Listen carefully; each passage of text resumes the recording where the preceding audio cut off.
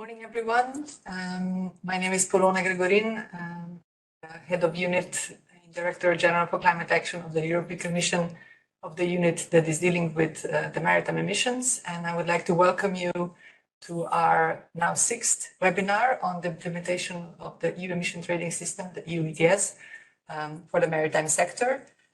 It's a webinar that we're organizing as usual with our colleagues in the European Maritime Safety Agency. Good to have you all with us. Just seeing a comment in the chat. If you can hear us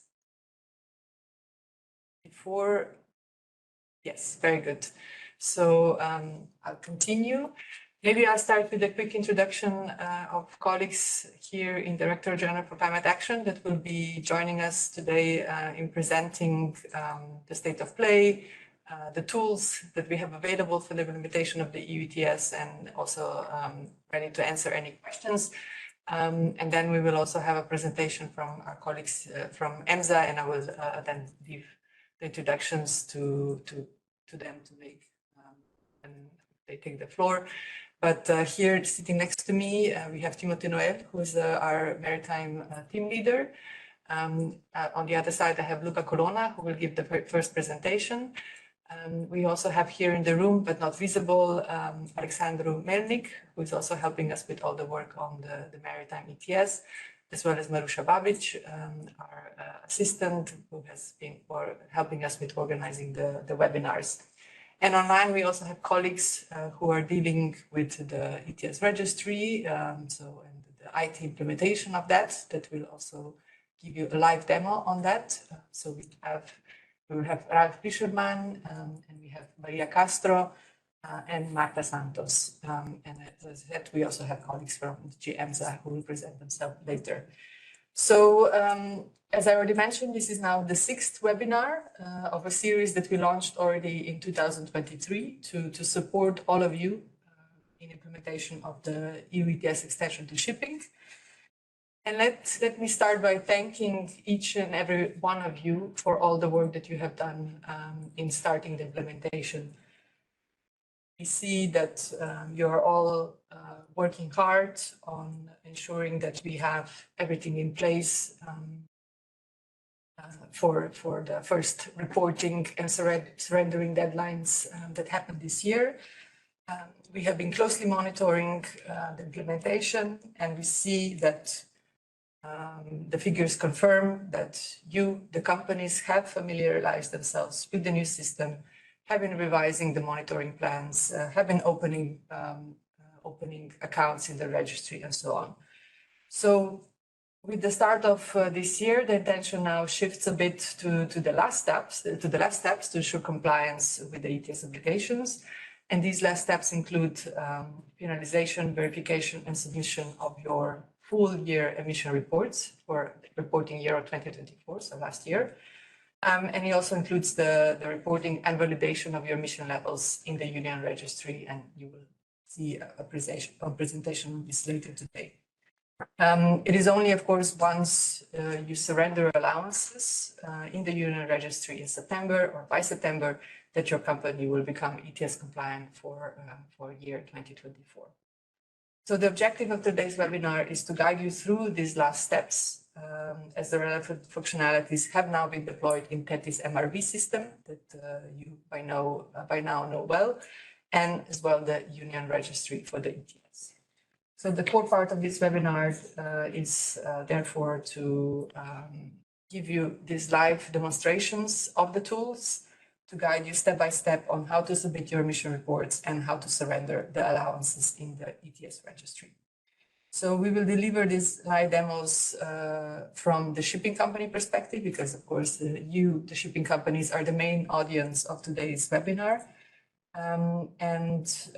We also envisage a further dedicated webinar for verifiers, so a separate webinars that will be more tailored to the audience of webinars, to the verifiers who of course have a bit different role in this process, to focus also on the Union Registry, and that will be held in early February.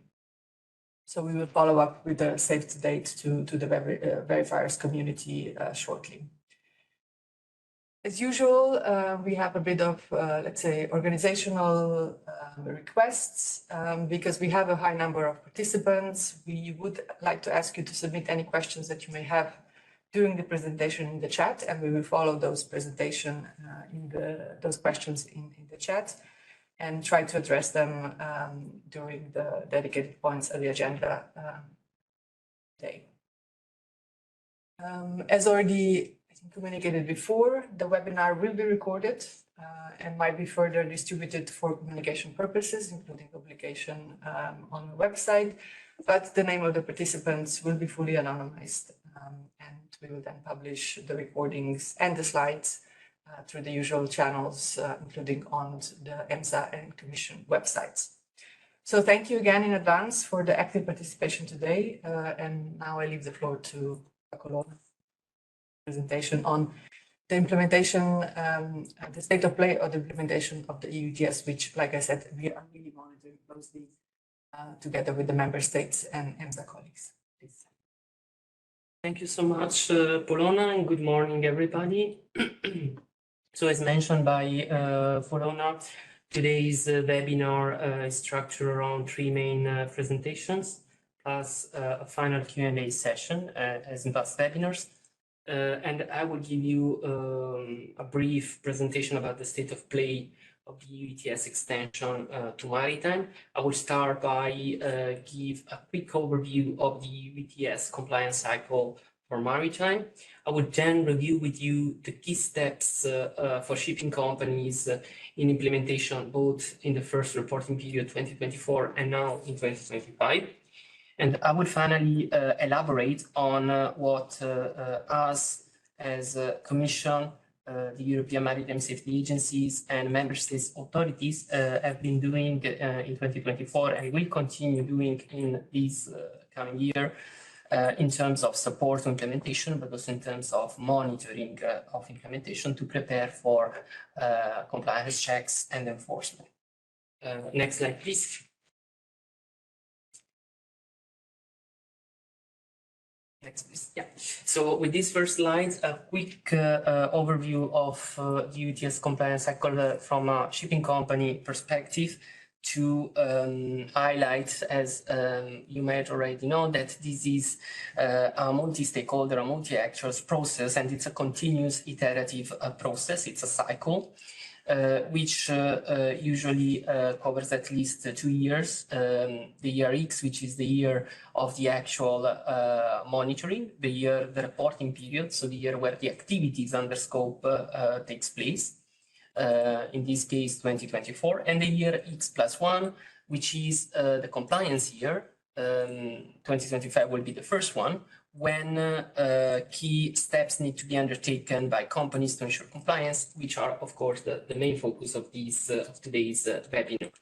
So the cycle shows you that there are 4 key elements. The first one is the monitoring, which happens throughout the year, shall have happened already in 2024, in the year that just ended for that reporting period, on a ship basis, on the basis of the monitoring plan.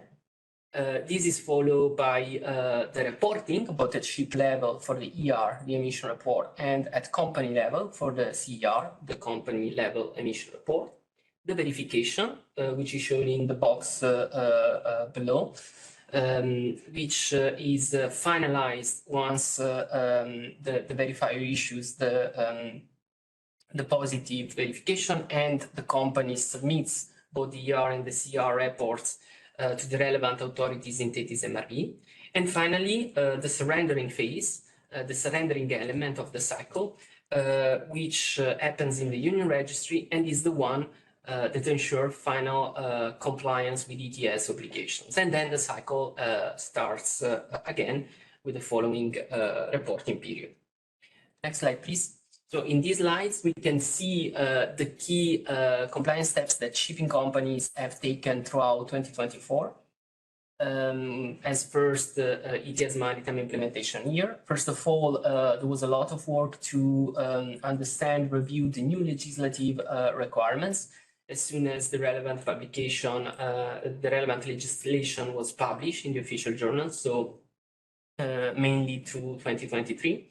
The first key step was the decision on which entity should assume the responsibility on MRV ETS compliance, so the shipping company decision, and potentially the need to issue a mandate or to consult the attribution list or ask for an attribution in some cases, followed by the revision of the monitoring plans for all the ships already in THETIS-MRV, which happened in late 2023, beginning 2024.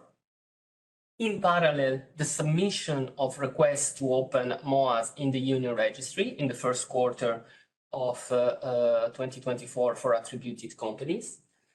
The first deadline was that of the submission of the assessed monitoring plan to the administering authority, which for the ships already present in the system was set at the 1st of April 2024. And then throughout the entire year, throughout 2024, the continuous monitoring of activities, of relevant activities and of the relevant data, both in terms of emissions and other data points required by the legislation. To be mentioned that also already in 2024, in case of change of shipping company, the requirements to report to the partial emission reports kick in already throughout the year. Finally, with the end of the year, 3 weeks ago, we came to the end of the first monitoring period, 2024. And now, next slide, please. Now we are entering the first compliance year, 2025, meaning here X+1 in respect of the first ETS year. What companies are now required to do as soon as possible is to finalize the preparation of their emission reports, both at ship level and at company level. This is a process which takes place in THETIS-MRV. Proceed to the submission of those reports to the verifier for verification activities, again to THETIS-MRV. Then follow up, if need be, on the verifier's reports and observations, if any, which might trigger revisions.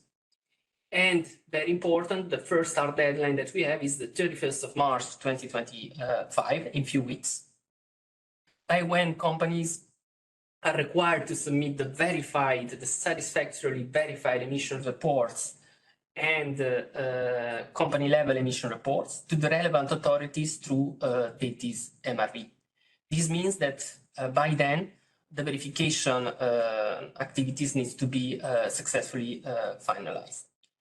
By 30th of September 2025, we have a further final hard deadlines for compliance, because by that date, the compliance status will be assigned in the Union Registry for each MOA, meaning that the MOA will be marked either as compliant or non-compliant, depending on whether the due amount of EU ETS allowances corresponding to the emissions which are reported in the registry have been surrendered or not.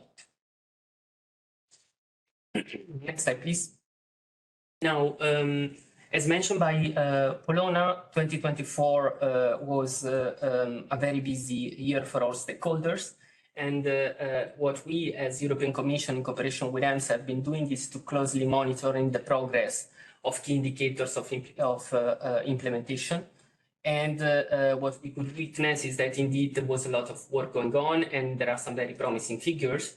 More than 17,000 monitoring plans have been submitted to the AAs for approval, and around 2,000 MOAs in the Union Registry have been open and are active accounts as of today. That being said, it's important to know that we will keep monitoring the implementation throughout 2025, because it's an iterative ongoing process as shown by the EU ETS compliance cycle slide. But also we will further focus on the monitoring of compliance, and we will keep supporting member states authorities, in particular to detect cases of early non-compliance, and also to develop tools to assist in monitoring, including predictive tools to estimate emissions levels on the basis of other activity data.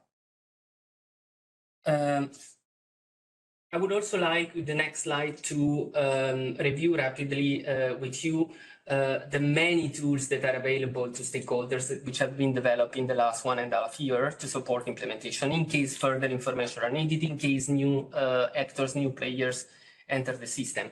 The webinars, we are delivering the 6th webinar, but all previous webinars are available online and they provide added value and can be consulted at any time in terms of recordings and slides. The help desk activity, which has been managing more than 1,500 requests only for implementation and policy questions. The volumes, the number of requests for IT-related issues is much higher than this. The available FAQs. And most recently, I would like also to bring to your attention, in case you're not aware of it, the guidance documents revision, because 2 key guidance documents have been already published. A first general guidance document 1, and the one on the approval of monitoring plans. And the third one on verification and accreditation is expected to be published by mid-February. As usual, the key access page is on climate.ec.europa. And you will find in the slides hyperlinks to access those in case you're not familiar with them still.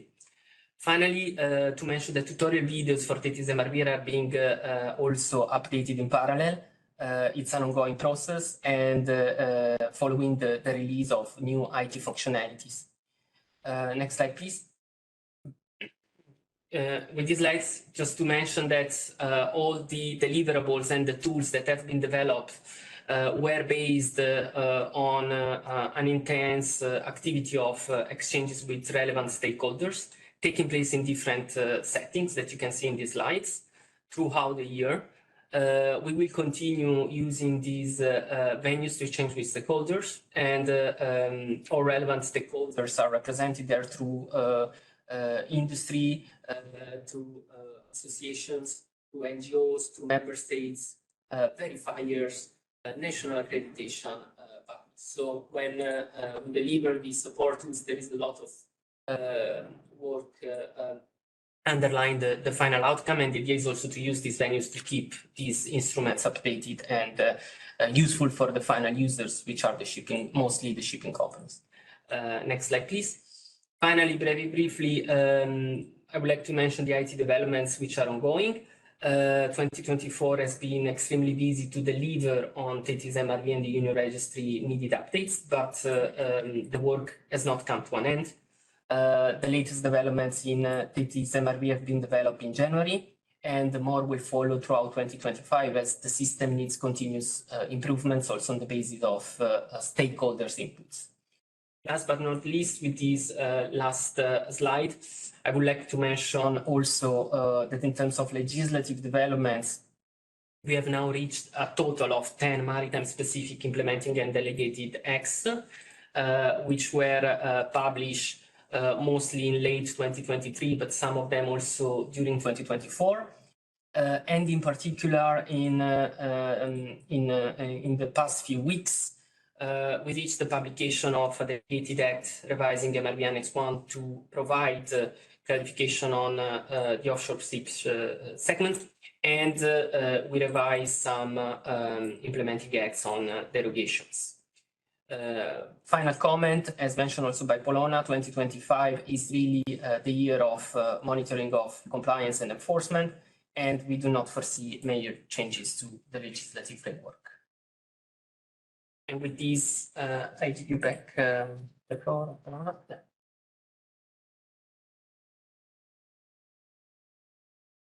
So I propose that we move straightly to the next agenda point. So our colleagues in Lisbon and EMSA to give us a live demo on the new functionalities in the THETIS-MRV tool.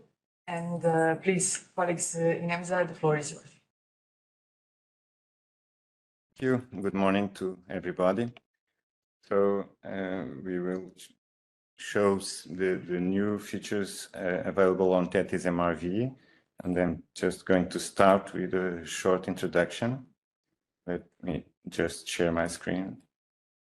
Okay, so today we're going to discuss about the THETIS-MRV status and some support tools for THETIS-MRV users, and the functionalities and new features available, which will be demonstrated on a live demo. The status look also showed the status of the ETS implementation. I will just resume shortly what is relevant for THETIS-MRV at this point. So at this moment, we are in the first quarter of 2025, and between the 1st of January and the 31st of March, companies must do several activities to be compliant on ETS. In 2024, so companies have been doing the monitoring and the ship activity monitoring, and taking this example as shown on this slide, whatever the number of ships that the companies have, they have to be monitored. And in this case, we also present a situation where one of the ships is sold. In this situation, it is necessary for the company to create the partial emission report, which will be used later in time. The creation of the partial emission report is to go through the verification process, and this is what happened so far by 2024.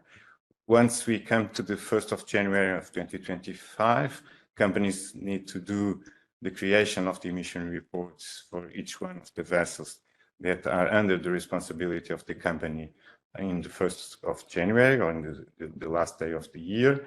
And these emission reports also have to go through the verification process near the verifiers.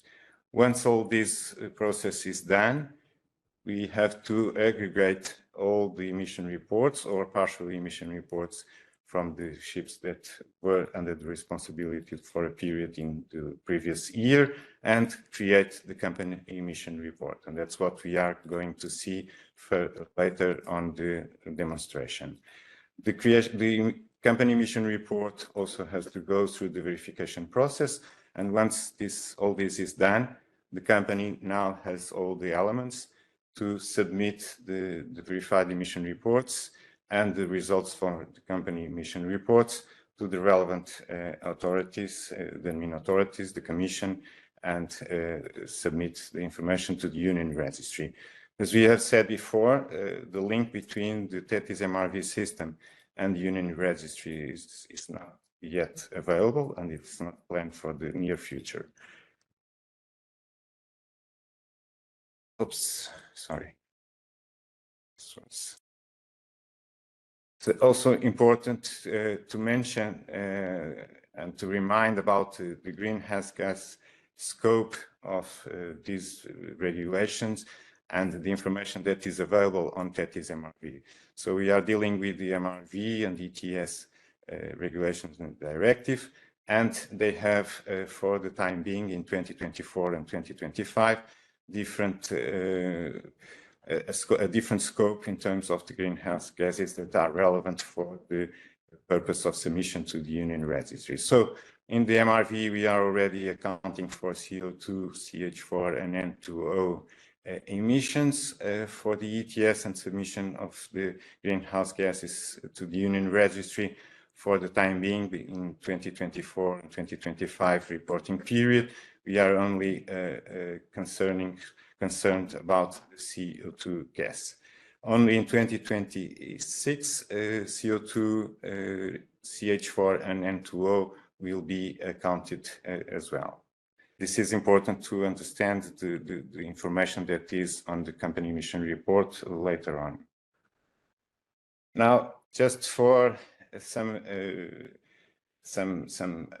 reminds about the support tools for THETIS-MRV users, you can find on the THETIS-MRV system on the support tab the necessary links for all the support that EMSA is doing on this system.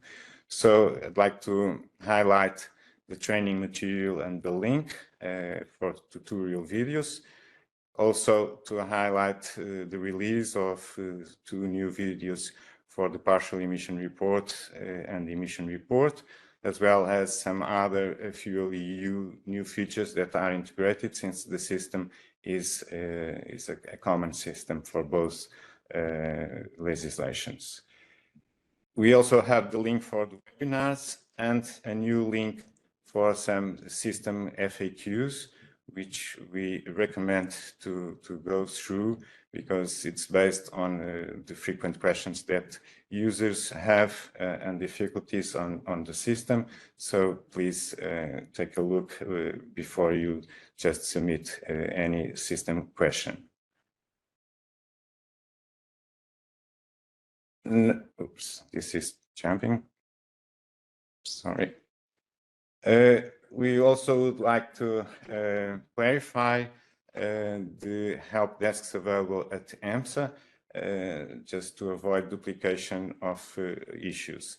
So we have two help desks, the Fit for 55 help desk and the Maritime Support Services at help desk as well. The first one is related to policy and implementation questions, while the second one is related to THETIS-MRV system, bugs, malfunction, problems with the system. We also use or advise to use the Maritime Support Services for requests for the attribution of administrative authorities to companies. So please follow up this difference between the two help desks to avoid duplication and a quicker answer from our side. Now I'm going to give the floor to my colleague, Tatiana, to follow up on the live demo with the new functionalities and features, namely the My Companies tab, the company emission report creation and submission to verifier, and the ship's emission report and the automatic data filling features. Please, Tatiana. Yes, thank you, Ricardo. So I'm taking over from here. I will start sharing my screen for the live demo. Just give me a second.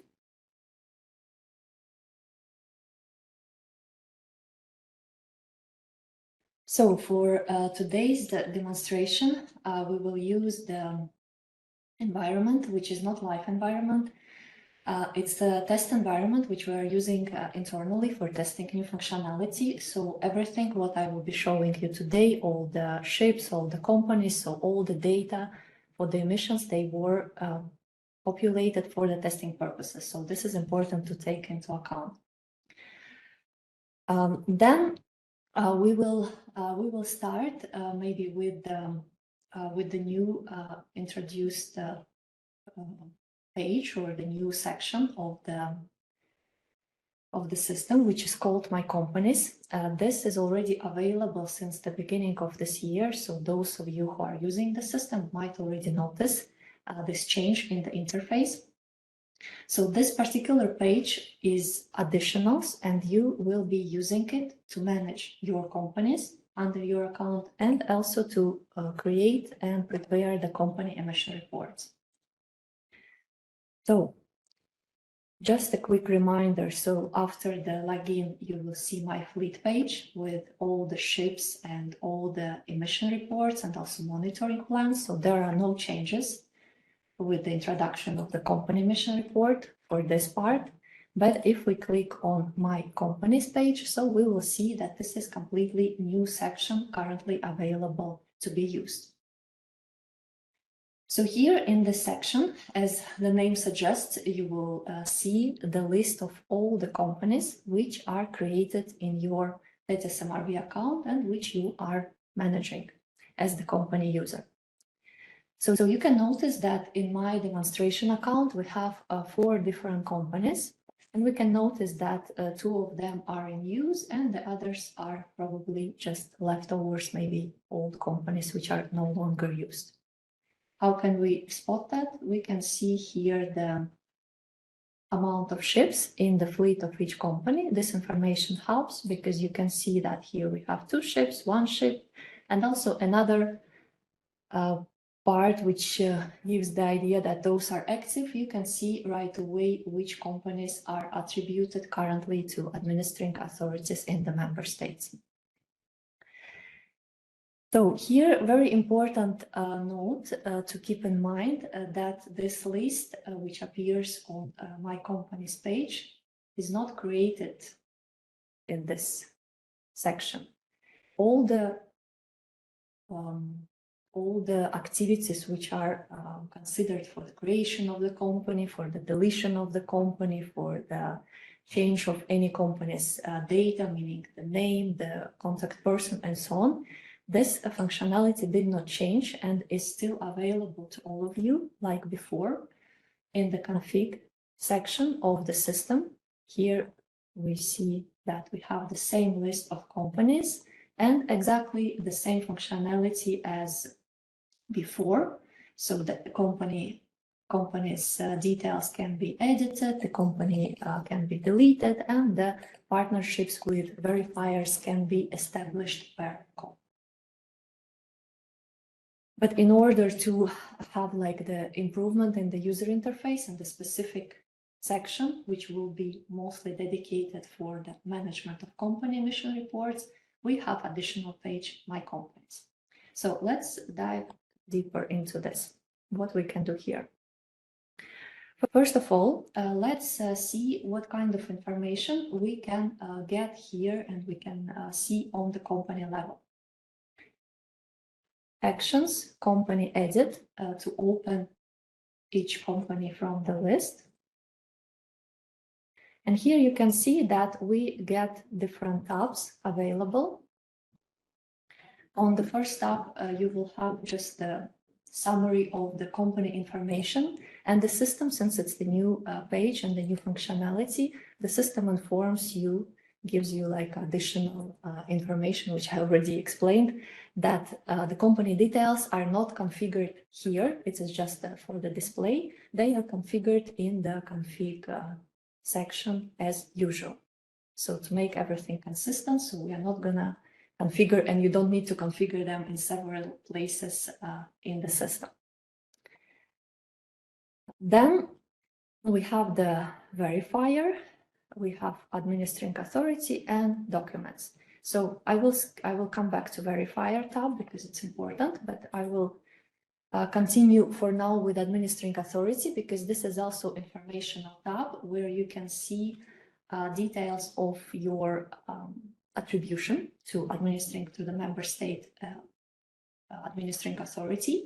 You can see information as the country to which is attributed. You can also get the clear attribution date, year, and also by which criteria. Later, when administering authorities will start using this functionality, this additional section, contact person from the administering authority, will also get populated because this information is coming from administering authorities users if they prefer to share any particular contact person details with the companies which are attributed to them. So the system allows this opportunity, and then it will be used case by case basis, but based on the information coming from authorities. And for you, it will be very easy because then you will see the exact contact person to be used for the direct communication. The document section is also should be known to all of you because this is the general tab, which is available in many different places like monitoring plans, sheet page, emission reports, and this place usually allows you and other users which get access like verifiers, for example, or administering authorities to upload documents. So in this case, meaning that you can upload any documents on a company level. And this document section will be associated with the company. Okay, and now we are coming to the very important tab, very important information, which shall be configured before you proceed to creation of the report itself, is the assignment of the verifier on the company level. So you all should be already familiar with verifiers assignment per ship on my fleet page. You all know that all the documents like monitoring plans, emission reports also have the verifiers assigned, and in order to verify or to assess those documents. So here is the similar idea. The verifier assigned on the company level will be the verifier who will be verifying your company emission report. And why it is important to do separately, because you can choose, it's by your choice, you can choose, for example, to have a different verifier on the company level other than, for example, the ones who are assessing your or verifying your ships. In any case, important to remember that here on the company level, on my company's page, we are just assigning, we are not establishing the partnership. So all the partnerships with verifiers which you plan to use for the verification or the assessment of different documents, monitoring plans, emission reports, company emission reports, should be already established in the usual place in the config section, as I mentioned. And here, everyone who is available to be assigned will appear in this list for you to choose. So, for example, in my case, I have only one verifier with whom this company in the test demonstration has established a partnership. So I'm choosing from the list, I click Save, and the information is populated. Now we can see that we have verifier Sarah is assigned on the company level for the company deep sea tankers.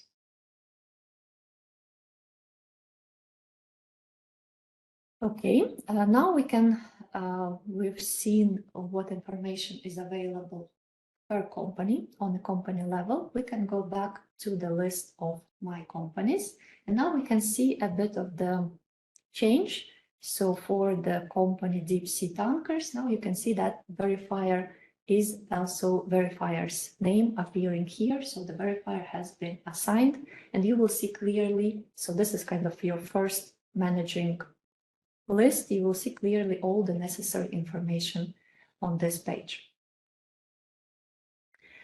Okay, so this is my companies. Before we start the creation of the company emission report, we would need to get a bit back in time, and so I will need to give you a bit of the reminder of the preconditions and of the important steps which should have been done before starting the creation of the company emission reports. So we go back to my fleet page, and the preconditions, basically, since you are using the system and company emission report is just the document which is comprising of emission reports of all the ships under your company responsibility, meaning that the first step before even starting creating the company emission report, you should have finalized all the emission reports on a ship level for all the ships under your company responsibility, of course, which are eligible to be created. So coming back to my fleet page, let me also give you some tips and tricks how to use it better, because I saw the question in the chat from one of you asking that if, for example, you have a long list of ships, you have several pages, and it's not easy to operate with that. So for those, like just the explanation how it was created, indeed here you will have the limited number of lines available per screen. But the idea behind it, it was actually the user friendliness idea that you can display the list in one screen without scrolling down, scrolling up, and to see everything in one screen of your laptop or of your monitor screen.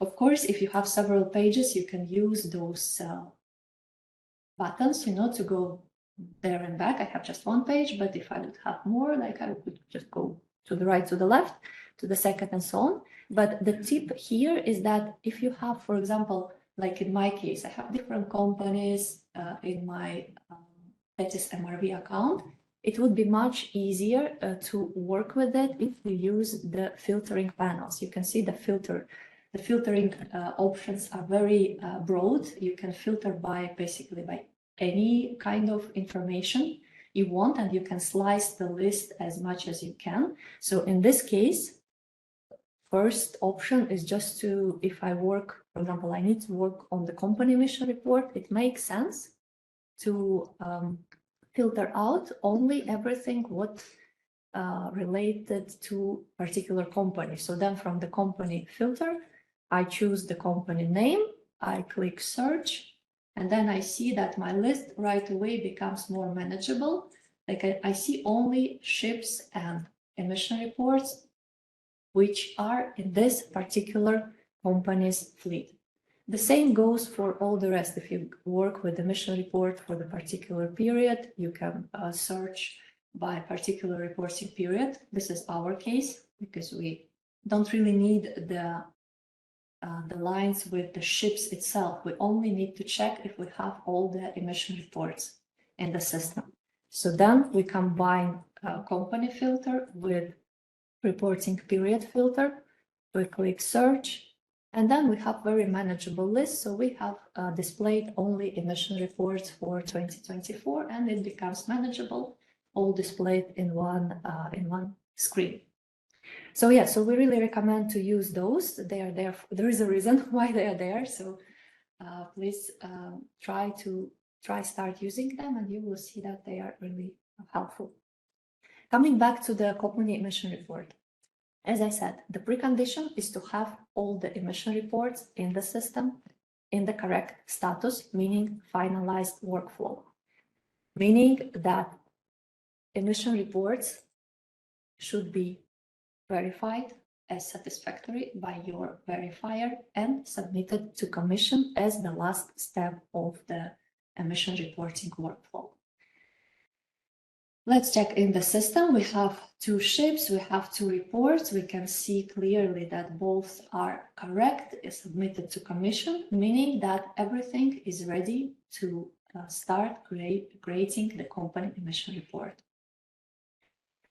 This was just informational. We don't need to stay on my fleet page. I just wanted to illustrate some actions which are supposed to be done before. So we go back to my companies. And now we will start the creation of the report. And in order to do that, we click Actions on the company for which you are creating the report. In our demonstration, it's deep sea tankers. Actions, company emission report, create. Similar to the creation of the emission report, first you need to choose the reporting period. In our case, it's 24, and here it goes. We have the empty template for the company emission report created in the system. The visual appearance is similar to all the other documents created in the system, similar to the idea of the monitoring plan creation, of the emission report creation. You have different types of tabs with different information available here. And the first tab as usual is the particulars with the creation date, status, and also the dates of the first submission to verifier and further to administering authority. Then you have company verifier and administering authority data, which is taken from the information already which we've seen on the company level, but in case any corrections are done to the company on the company level, then in the report it can be updated as well, clicking the buttons. So you see similar activities which are available, similar options or functionality which are already available in the monitoring plans or emission reports. Then the next one is a very important step. So that's where you start. So now we have just an empty template of the company emission report. And we know that company emission report is basically comprising of the emission reports from the ships under your company's responsibility. And that's the place where you add this information. It's the third tab, ship ERs, ships emission reports, sorry. So here there are 2 options to do it. You can do it manually one by one, or you can first start with the automatic data filling, meaning the system will help you to just pull out all the reports already in the system and present you the list. Afterwards, you will be able to modify it as you wish, either by removing or adding other ships. And we recommend actually to start with that because it will save a lot of time on your site, so you don't need to do it one by one. We recommend to always start with automatic data filling and get the overview from the system, what will system pick up. And there you will clearly see if system does not pick up all the emission reports which you have in mind or which you have in your company's fleet, then you can start investigating the reasons why. Like maybe they are not created, maybe they are not properly finalized, and so on and so forth. So let's start. I click the button, so you see it's very quick and easy step. We see that system shows us that 2 ships have been found, 2 reports are there, and they are added. Okay, that's correct. I'm happy with that. And you can see that exactly those 2 ships emission reports for 2024 are picked up by the system automatically. Let me just illustrate you the second option because it might be also useful for some of you, since I'm presenting you how to use the functionality of the system. So first I will remove one of them and we will add it again by using the manual option, just to illustrate another alternative approach. By adding ship ER, you can search by IMO numbers. And basically, you can get the same thing done one by one. So you can see I searched by the IMO number. I get that the system found that there is an emission report associated with this IMO, and I confirm to add it to the list. That's how it works, quick and easy. So automatic data filling, and then you can start working with this list, either removing or adding one by one. Basically, in this tab, there is nothing else to do. You just need to make sure that all the ships under your company's responsibility are in this list of corresponding emission report. Then the next important tab to check is the annual emissions. So basically, this is the aggregated data. I will scroll down so that you can see. Try to put a bit the less percentage for the screen so that we can see the full table. So here in this tab, we see the aggregated information and what you get in the first, like automatically without even clicking any buttons. Here, the system provides you the automatically aggregated values from the emission reports which you have added on the previous step. And from what you can see, the system currently anticipates all the greenhouse gases, not only CO2, which is eligible for this year reporting. So in current year, you will use only first column, which is called CO2. But so far, this version of the system also anticipates for the future. You also get the calculations for CH4 and N2O, and also like CO2 equivalent, which is sum of all 3 of them. So here, important to note the. I'm already a bit out of time, but okay.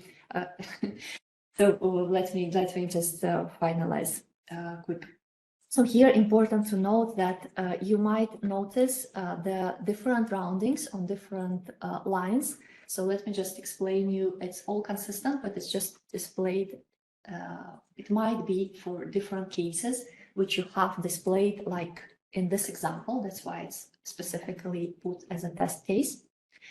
So the rounding, transversal rounding rules are up to 5 significant digits, meaning that if there are significant digits up to 5 place, they will be displayed. If there are none, they are not displayed. So it means, for example, in this case, there are zeros following, so those zeros are cut, they are not displayed further. There is no rounding here, it's just meaning 5 significant digits are like that. And also for those first 5, for those first 4 lines in this table, the same is applied, and also the same is applied throughout the system. You can also notice it on the emission report level, where the same idea with 5 significant digits to display is followed, and the mathematical rules for the rounding, of course. But then the last 3 lines, those are the lines 5, 6, and 7. Those are the values which are relevant for you to be reported further in the Union Registry. Already in the system here, you will see they are rounded up to integer, so no decimals, mathematical rules to rounding. It's also just to make it clear and make it easier for you which values you would have to transfer to Union Registry for the surrender of allowances. Okay, one important additional thing here on the screen, apart from what we already discussed, is that the system allows to modify the values which you see. So far, as I explained, all the values you see automatically, they are pulled out, aggregated from all the reports included. However, it's just a functionality. It might be necessary to correct them case by case. And the system allows that by clicking modify totals, you will see that all the lines, all the fields with values are modifiable, meaning that you can, for example, I will be very, so I will just put, so we see the difference. I will put a very big number here, and I save, and we can see that the difference is populated. Very important to note that no changes in the concerned emission reports are happening at this stage. Everything what you do at this screen, meaning you are modifying directly in the company emission report in the aggregated table. And another very important option here, and very useful for you as end users, is that if you just mess up the table with whatever values, like I did just now for the demonstration purposes, the system allows you to always come back to the initial calculation by the system by clicking reset values. So we click reset values and everything goes back to the initially calculated. So this is very useful feature. Okay, I a bit speed up with my demonstration because I'm already out of time. However, this more or less, those are the most important things because you will see that the rest of the company emission report is already familiar to you. So we have the same tab as in the emission reports for the verifiers to create any records of the misstatements or non-conformities. Optionally, if how to see if the verifier willing to use that in the system. Then we have also for the verifiers to create the verification reports verification reports in the system, and you will see them appearing here. And if there are several versions, so there will be several revisions, all of them available on this tab. And also for you, when you will start submitting it to verifier, maybe back, maybe further to administering authority, if everything is verified as satisfactory, you will also start using this emission report revision tab, again similar to the ER revision. So all the versions, all the revisions of the company emission report also will be saved and available for you in this tab. You will be able to download all the versions submitted to verifier, the version verified as satisfactory, submitted to administering authority, and so on. So everything is here. And also the usual tab, which is again available in all the documents, monitoring plans, emission reports, is the docs tab, because you can also upload any documents together and submit it together with the company emission report, similar as I already mentioned, as in other system documents. Okay, so you see now that's it. So basically you see that the creation of the company emission report in the system is very easy and very straightforward, but taking into account the precondition, which I mentioned. If you have everything correctly finalized for the emission reports, then this step should go very smooth and quick in the system, because everything is based on the emission reports already in the system. Basically, that's it. The next step is to already proceed in the workflow, and the workflow, let me remind you, the first step is exactly the same as usual. First, we need to submit to verifier for verification. This is the button Submit to Verifier. And then when exactly the same as with the emission reports, the verifier will start verification, will return the company emission report in the system back to you, either for revision or verified as satisfactory. And in the latter case, if it's verified as satisfactory, another workflow button, which is this long one, which is now grayed out, submit to admin authority. So then the next step and the last step of the workflow for you will be to submit company emission reports verified as satisfactory further to administering authority. And that's what finalizes this workflow. Before I finish, I just wanted to mention very important thing, which you might notice when you will start using it, that since the company emission report already now linked with the emission reports, you might notice that, for example, in this situation, if I want to revise any of the emission reports already included in the company emission report, the revision you see is not available, because of course it's like to make to keep data consistent, because if you start revising now, everything changes, all the calculation changes and so on. It is possible, let me just explain how. So if you need, due to any reason, exceptionally, to revise back any of the emission reports, which are already included in the company emission report, this is possible by doing the following. So first of all, you would have to disconnect them from the company emission report, and then you will be able to revise them. So for example, if for the ship wine trader, I want to do some changes, first action is to remove it from the company emission report. Then I go back to my fleet. I open the emission report, and here you can see that the revise report button becomes available, and you can start revising it. But then, of course, it means that you would need to finalize the workflow here and then add it back to the company emission report. So I think I covered it all. I'm sorry for taking a bit longer time, but I thought this one is very important because for you not to be blocked when you will start using this functionality. Thank you. I will stop sharing and back to Ricardo. Thank you, Tatiana. I think that now I'm going to give the floor back to you in Brussels. Thank you. Thank you, EMSA colleagues. Now it's the time for the live demo from registry colleagues from CLIMA. So Marta should be ready to share the live demo function. Thank you.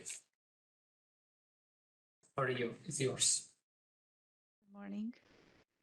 We'll start to share then.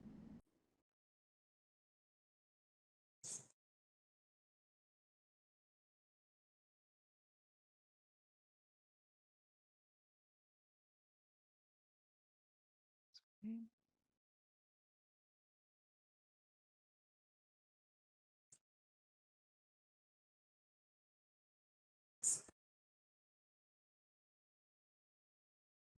Sorry, can you hear me?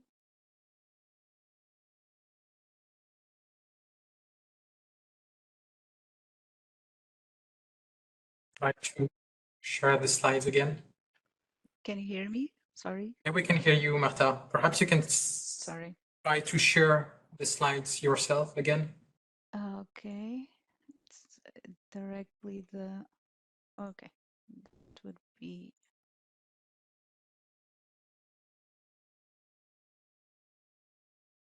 I think it's now correct sharing.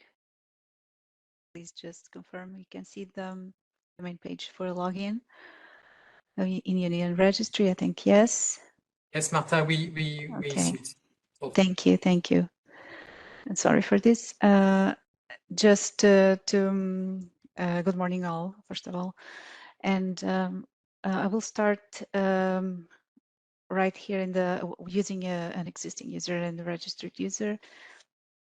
Since this was already covered in previous webinars, in the 5th webinar specifically, so then there you would have the chance to go through it again, to review how to do this registration and also enrolling of the user. So I'm using this this user already enrolled, and also the EU login app QR code as mentioned at that time.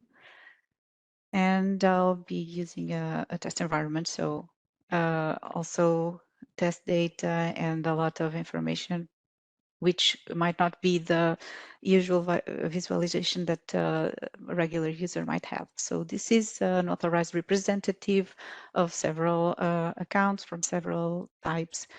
And for this effect, we will use an existing maritime operator holding account. So also we'll not create a new account, a new MOHA account. I will use an existing one. That part was already covered in that webinar as well. So straight to the point, let's say. This is an account that was created and associated to this user, and we have already some operations that were done here. If it was a new account, a newly created account, we wouldn't have a lot of things that are here. So the account details we will always have here because it was the information that was provided during account creation as shipping company name, IMO number, shipping company type. So even the account holder and the contact person. But for this effect, so the overview, for instance, where we can see the latest transaction, the tasks that are at this moment to be approved, and so on, that would be empty. So we wouldn't have here any information. For this demo, we are going to try to use this scenario in which this shipping company is already going to report some emissions. Well, as according to the process that also colleagues from EMSA were showing before, we should report the emissions and surrender allowances according to that value. Although there are here some details that we can do a little bit differently. So in this case, we are going directly to the compliance page. For now, we don't have the compliance obligation yet. We haven't met the deadline yet to report the emissions, but here we will see this changing and going through some status according to the deadlines and the operations that we are going to do. So we could have a EU compliance status of C if we didn't report the emissions in during that the time that it is expected. Then there is a status B in which we already reported the emissions but haven't surrendered the allowances yet to cover those emissions, or enough to cover those emissions. We might have surrendered some allowances, but not the sufficient. And we would have the compliance status A, in which we have reported emissions and surrendered the allowances in a sufficient number to cover those emissions. So already, as colleagues from EMSA already talked about, this reporting of emissions, we will need to take into account the values from the company level report, emissions report that were already in THETIS-MRV. So this could be fully aligned with THETIS-MRV. Here in the quick actions, we can see both report of emissions and surrender allowances. I'll start here in the reporting of emissions. It would be only possible to see yes, okay. To see the year 2024, that would be the first that was possible to create MOHA accounts, but then when the next year we will also see an option to report 2025 emissions and so on. These full emissions, what you need to take into consideration is that this is the value that correspond to that one in 0.5 of this the company level emissions report from THETIS-MRV. So this shall be the amount of CO2 equivalent, and also in this is an integer number. So even if we try to do this, the system won't allow. It shall be a positive integer or zero. So.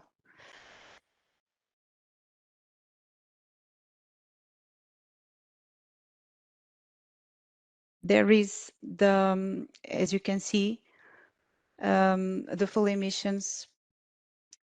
If we only report full emissions, the reduced emissions here, that is the discount that is applied in for the emissions reported for 2024, automatically calculates this this value. So we have a 60% discount, and this is the final value that of the emissions that we should take into consideration as well to surrender the allowances. So if the reduced emissions final value is 40, then we will we need to surrender 40 allowances to 40 units. There is, however, another, I will change here the value. There is, however, another option here. If the ice class ship derogation is applicable in this case. So if we select this option, then it will be possible to enter here the value that you already reported in 0.6 of the company level emissions report in THETIS-MRV. So that is the value that should be entered here, okay? Always look for the fully alignment on these two systems. And for now, we only have CO2 emissions. Then I will also show you, and as our colleagues from EMSA also referred, from 2026, we will see a different reporting form. Already consider other two greenhouse gases. So for now, we only have to do this. As you were able to see, if we only have full emissions, the reduced emissions are calculated based on that value. But if we have the derogated emissions, then the discount will be calculated based on this derogated emissions value. Then I can propose this emissions, submit.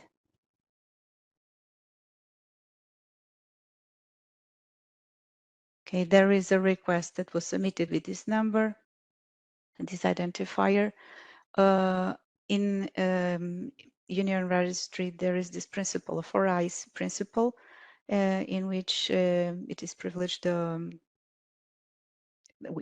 operations done here in the Union Registry to have well, to pairwise, meaning that if one starts the operation, there is another person that would confirm and validate that operation.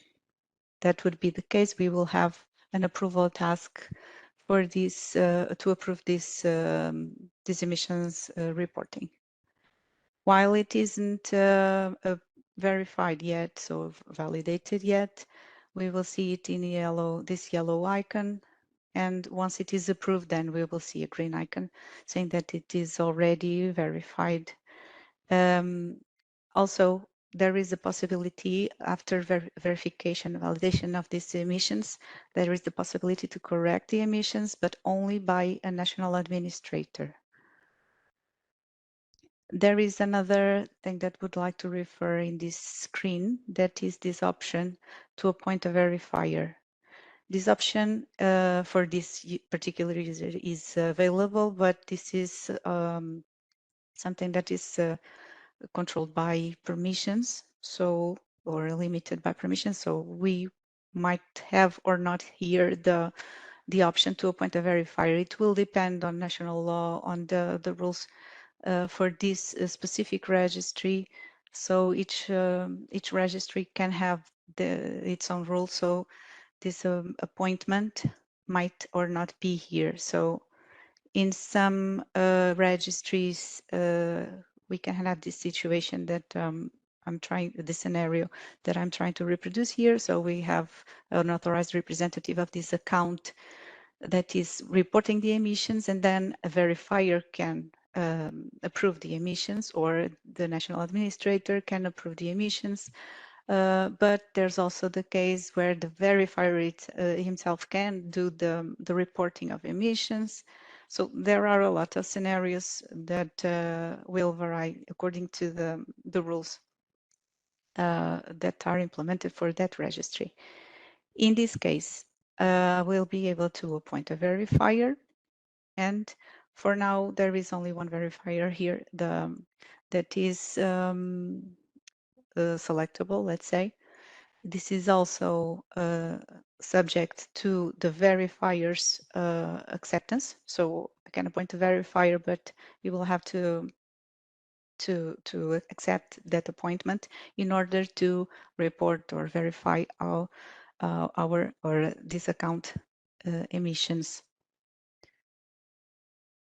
This is based on a specific characteristic of the verifier, that this is the accreditation that is set whenever the verifier creates an account. So from the moment the verifier creates a verifier account, it will be possible to select one or two or more accreditations. So meaning that that verifier will be able to, for instance, if select MOHA, then it means that it will be able to verify or report the emissions for this shipping company account, so for MOHA accounts. But it is possible to have also the accreditation for other types of accounts, so also for installations and aircrafts. According to that, we will have here the option to select it. By the way, the approval task shall be here eventually, the approve of emissions with all the values that were entered. In this case, the user that reported it only can reject this task, for instance, because of a mistake. And it will be only possible, according to the 4I's principle, to be approved by another, whether it is a verifier or a national administrator.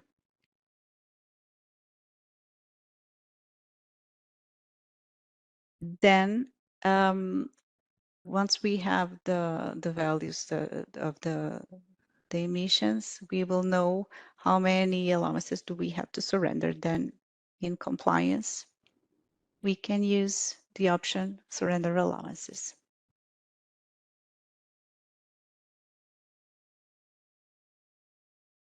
In this case, we can see that there are several, well, we have the general allowances and aviation allowances that we can use to surrender. So we can hold both allowance. So MOHA accounts can hold both of these type of allowances, but they will be merged this year. So probably if you're still going to create this MOHA accounts, will probably only work with general allowances, but it is possible to work with both. Just a note.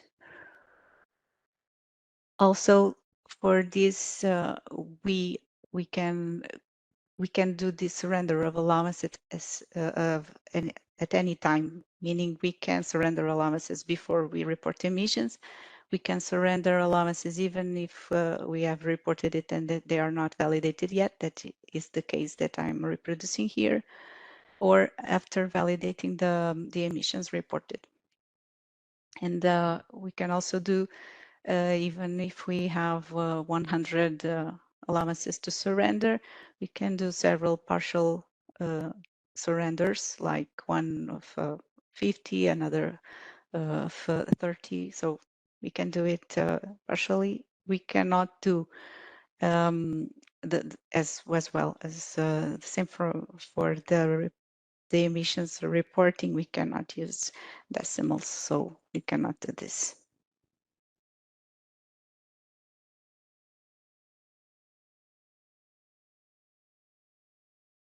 Okay, for to end this part,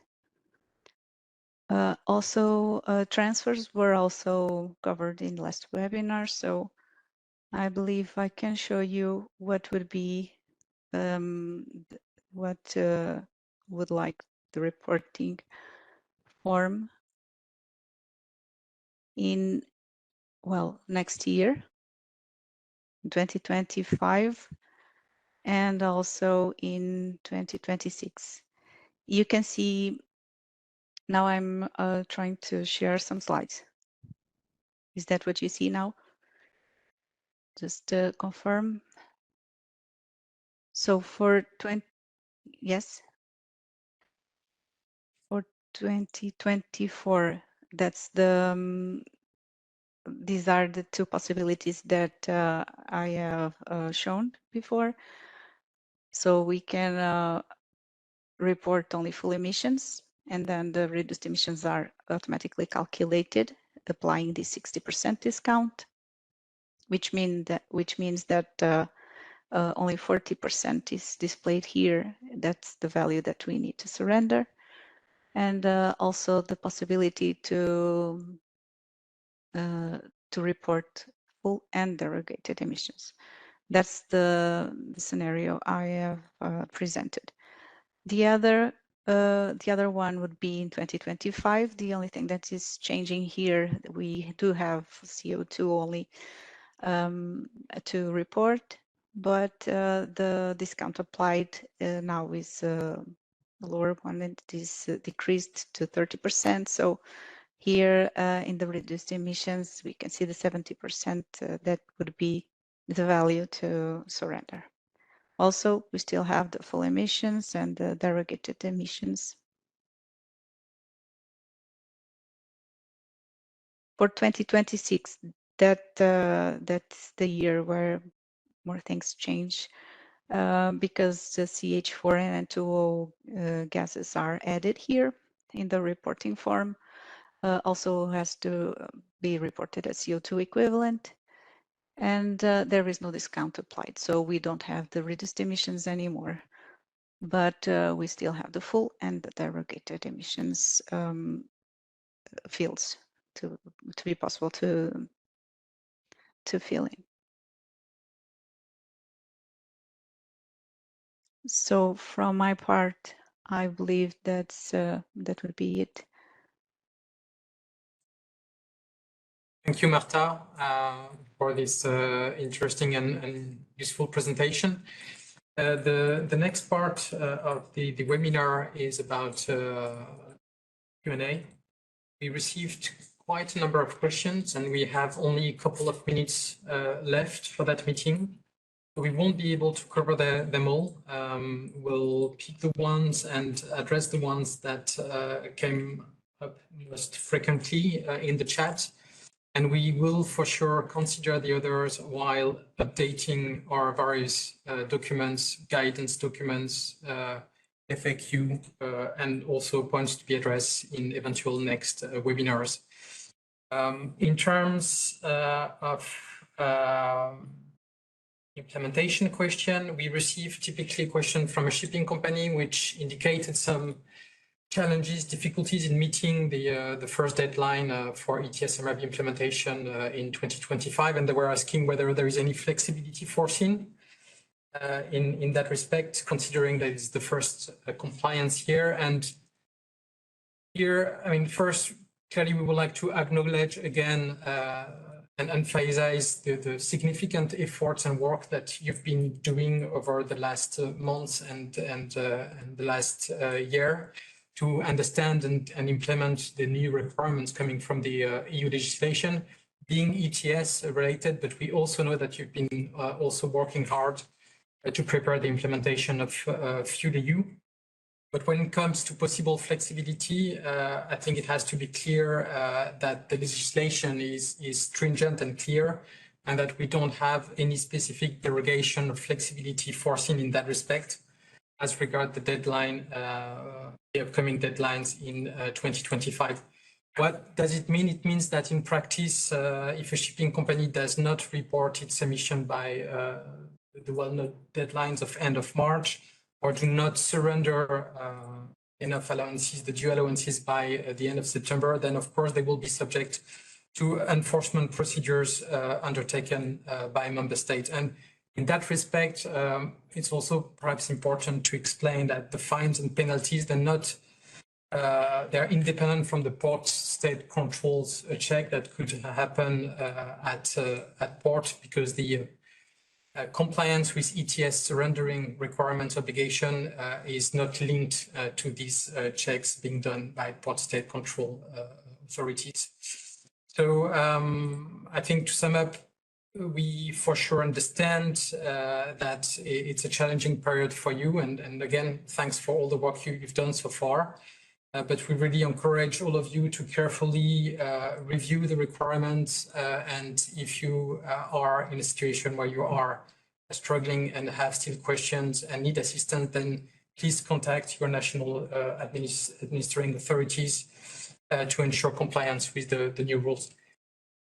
Luca, do you want to take the next one? Yes, thank you, Tim, because we received quite some questions on the case of inactive ships, meaning what if I was responsible and I was reporting as a company under the MRV regulation in previous years, for instance, in 2022, 2023, but in the meantime, I ceased my activities and therefore I did not emit anything in 2024 because, for instance, I redeployed my ships beyond Europe, or also because I ceased being responsible simply for that ship another company kicked in.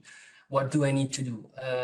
This is an issue that we have also touched upon through guidance document number 1, and the answer is that until the moment you have a ship under your My Fleet section in THETIS-MRV as a company, you are required to, first of all, revise the monitoring plan, because this obligation is clearly set in the MRV regulation.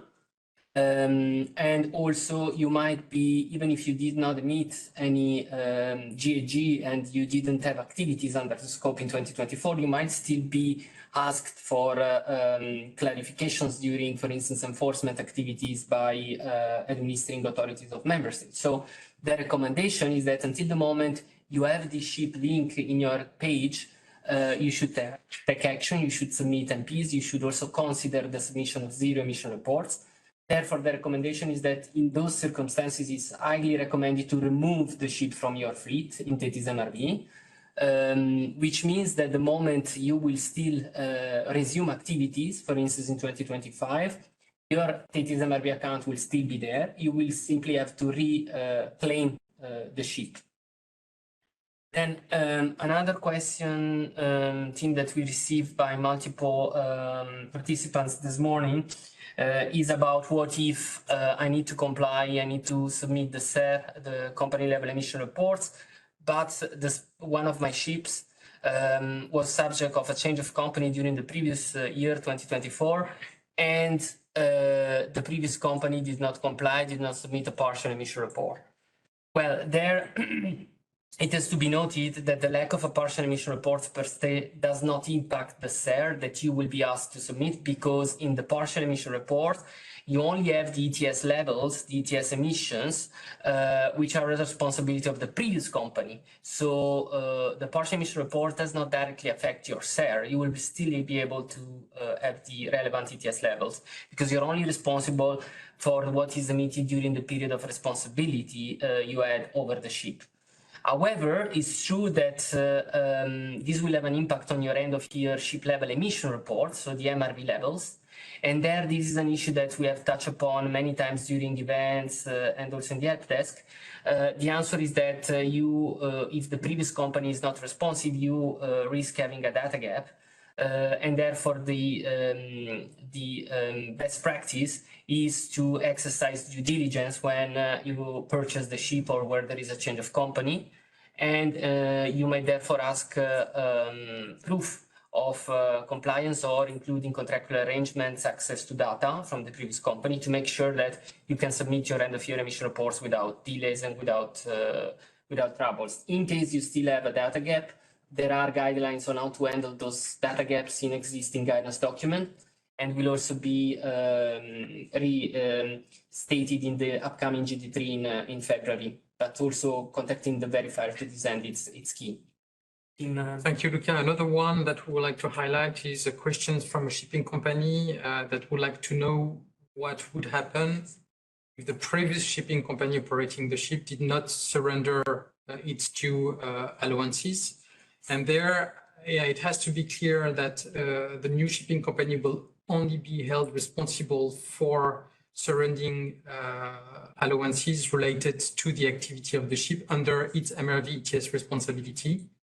So it will not be responsible for the allowances and the activities performed by the previous company.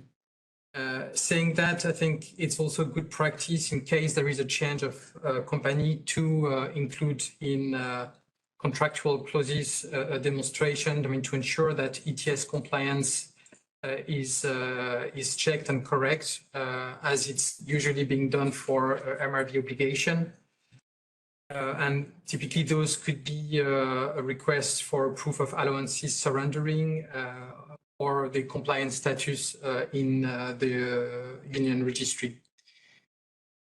We also received quite some questions more addressed to our colleagues from EMSA, so on THETIS-MRV. Perhaps we can give the floor back to Lisbon in order for them to address some of these questions. Yes, thank you, Tim. So we have, in fact, several questions. We will try to address some of them. There's a question saying, an example where the vessel was handed over to the new owners in December, and the partial emission report has been verified and assessed in THETIS by verifier. New owners are already asking to release the vessel from THETIS. Can I release the vessel from THETIS in this case after the partial emission report was verified in THETIS and all documents received? Or shall I wait for company emission report, which can take more time? So the partial emission report workflow shall be finalized and submitted to the Commission before releasing the ship from the previous company. So in fact, in that case, the company will be able to use the partial emission report for the creation of the company emission report, no matter whether the ship itself is in the fleet of the company or not. So basically, yes, they can release when the partial emission report was verified and submitted to the Commission. We also have another question. Will the partial period reports for vessels which have left my fleet appear in the automatic data filling option, or do they need to be added manually? So the answer is all emission reports, including the partial emission reports, will be fetched by automatic data filling in case their status is correct and submitted to Commission and verified satisfactory. So those that are correct are automatically uploaded. to the company emission report data. Regarding the emission report, there's another question. Why are there different versions being created? What is the emission report flow within the THETIS system that leads to different versions, and is the company that generates different versions? So the creation of versions follows the emission report's workflow and the interactions between the company and the verifier. So in some of the steps, the system automatically creates a version number. However, for the company and verifier management, they also have the option to create a new version if necessary. So this option is available in the system. There's also another question asking where would the monitoring plan or emission report be uploaded under my company. So on my company, you cannot do it. So all the actions on monitoring plans or emission reports has to be done and performed at the ship level, not at the company level. Tatiana, I don't know if you want to add something more.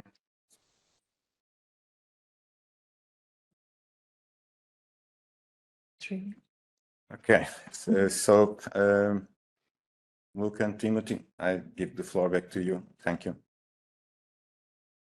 Many thanks, colleagues. I will now turn to Marta and Maria if you want to address the questions. I mean, some of the questions we have received on the Union Registry. Yes, of course. So for starters, we have this one. Do we as shipping companies always need the verifier to act in the Union Registry for our accounts? The answer would be no.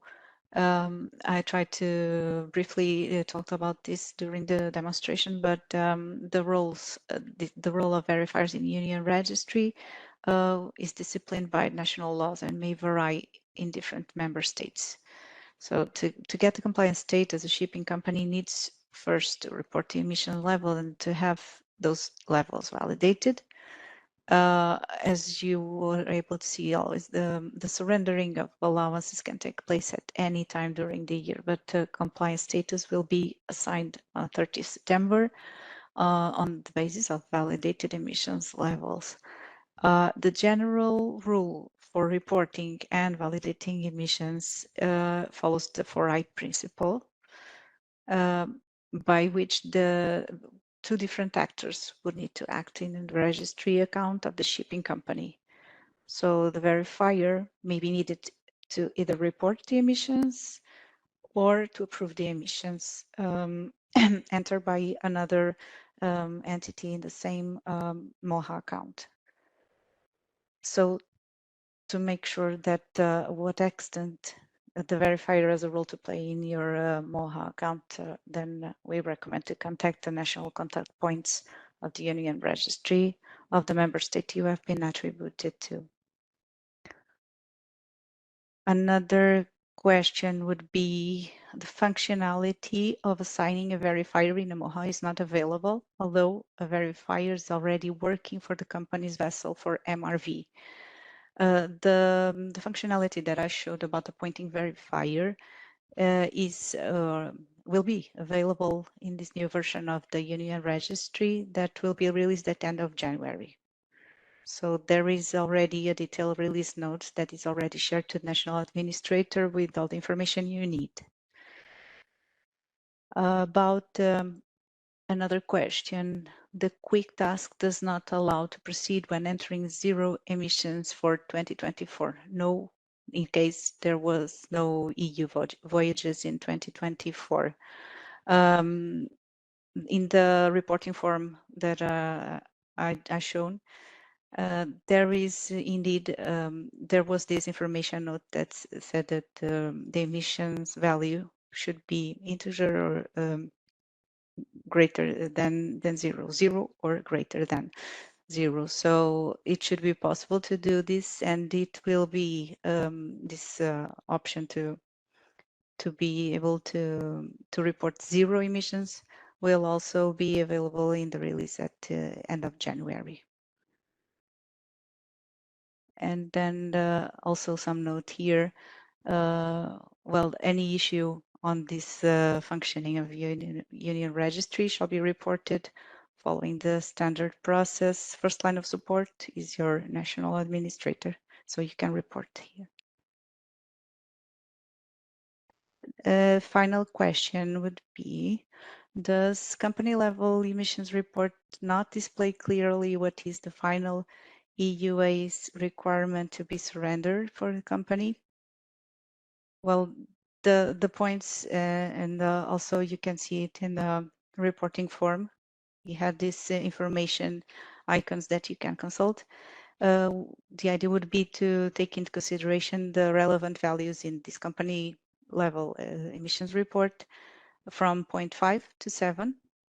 So those are the figures that you need, and transfer those into the Union Registry form. So any doubts that you have, you can always see that info tooltip.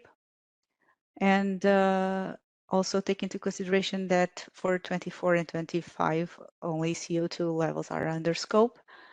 And the values for N2O and CH4 should be disregarded. So as they are shown in the company level emissions report available in THETIS.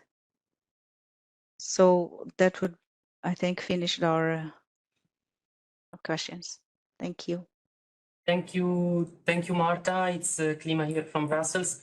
Just a quick follow-up on these last questions that you received, because this was raised many times by participants today about the interlinkages between THETIS-MRV and the Union Registry. Just to clarify that at the moment we do not have a direct data transfer between the two systems, meaning that as explained during the live demo and the follow-up by Marta, shipping companies or the verifiers, if they have a role according to the 4I principle, will have to take manually from the company level emission reports as available in THETIS-MRV the relevant emissions values, which are the one corresponding to 0.567 part C of the company level emission reports, and enter them manually in the Union Registry IT environment, taking into account, first of all, that only integer values are accepted. And for this purpose, all integer values will be shown in THETIS-MRV. And secondly, taking into account that for 2024 emissions, only CO2 emissions are within scope. So you will have to select CO2 emissions for these three levels and insert them manually in the Union Registry.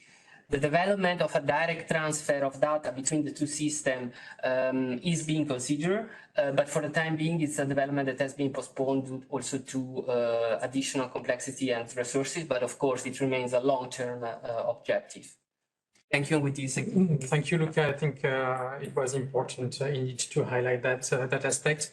I would like to apologize Polona Gregorin because she had to go to another meeting, but I will quickly do the closing of that webinar. I would like to thank you all for your participation. I think we reached more than 500 participants today, which shows again your commitment to the implementation of the ETS and more in general to shipping decarbonization. From our side, Commission, together with our colleagues from EMSA, will for sure keep supporting you in the understanding and in the efficient implementation of the system. 2025, as we said at the beginning, is an important year for compliance. And for sure, this year, the focus will be on compliance and enforcement. And yeah, the deadlines of March and September are for sure approaching very fast. And we will, in particular, work with administering authority to help them track non-compliance and ensure robust enforcement of the system. As in the past, we for sure count on your full cooperation in that goal, and also including the important role of industry association and verifiers to meet the upcoming targets. We will consider further communication activities, either additional webinars or updated guidance or FAQ. And we thank you very much for all the questions we have received, because it also helps us better understand the questions you have in mind. In the meantime, I would like also to invite you to regularly check DG CLIMA and EMSA website to be aware of our latest initiatives and updated also guidance material that we are making for you. And on that, I would like to wish you a good day, and I would like to close this webinar, and I thank you again for your participation.